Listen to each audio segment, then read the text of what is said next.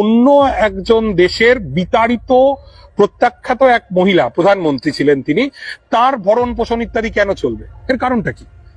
না, আমি প্রথম সারির নিউজ চ্যানেল বা নিউজ পেপারে গত দুদিন আগেও পড়ছিলাম, সেখানে বলা হচ্ছে যে শেখ হাসিনার নামে অনেক মিথ্যা মামলা দেওয়া হয়েছে বাংলাদেশে। তো সেখানে যদি হাসিনাকে ফিরিয়ে দেওয়া হয় সেক্ষেত্রে তার একটা ক্ষতির সম্ভাবনা রয়েছে বা তার উপর একটা আক্রমণের সম্ভাবনা রয়েছে, সেই জন্য ভারত হয়তো আগলে রাখছে।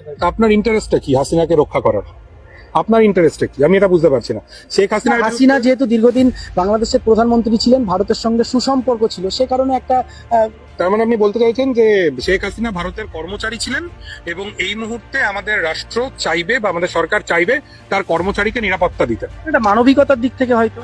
আপনি যখন শেখ হাসিনার নির্দেশে পুলিশ গুলি চালালো, তখন রিয়া গোপ বলে একটা 7 বছর বয়সী হিন্দু মেয়েকে স্নাইপার গুলি করে মারলো, তখন 1.5 সহস্রাধিক মানুষকে এই শেখ হাসিনা নামক মহিলা 20 দিনের মধ্যে গুলি করে মারলেন, তখন কি মানবিকতা কোথায় ছিল? তখন সে মানবিকতা কোথায় ছিল?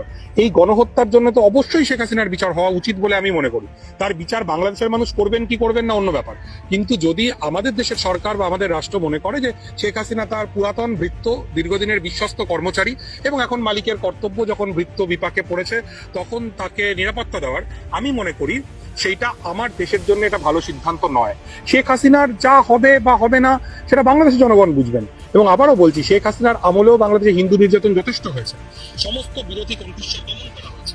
সেক্ষেত্রে আমাদের তো এই আগ বাড়িয়ে এই ঝুঁকিটা নেওয়ার কোনো দরকার নেই। পৃথিবীর কোনো দেশ এই ভদ্রমহিলাকে কোনো ঠাঁই দিচ্ছেন না। ওর পরিবারের মানুষ তো লন্ডনের এমপি।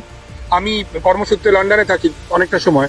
লন্ডনের 4 জন বাঙালি এমপির মধ্যে একজন তো এই টিউলিপ সিদ্দিকী।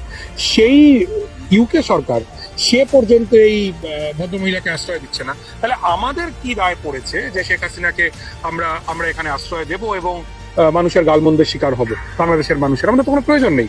আমরা বাংলাদেশের মানুষের সঙ্গে তাদের যে সরকারই আসুক, ডান বাম মধ্যম যাই আসুক, আমরা তাদের সাথে একটা সুস্থ স্বাভাবিক সম্পর্ক নির্মাণ করব। আমি মনে করি বাংলাদেশের মানুষের সঙ্গে আমাদের যে ঐতিহাসিক বন্ধুত্ব ছিল তার ছেদ ঘটার সবচাইতে বড় কারণ হচ্ছে শেখ হাসিনার প্রতি আমাদের পক্ষপাত। যদি আমরা এই পক্ষপাত না করি তাহলে বাংলাদেশ এবং ভারতের মানুষের সঙ্গে মানুষের, রাষ্ট্রের সঙ্গে রাষ্ট্রের সম্পর্ক অনেক স্মুথ হবে।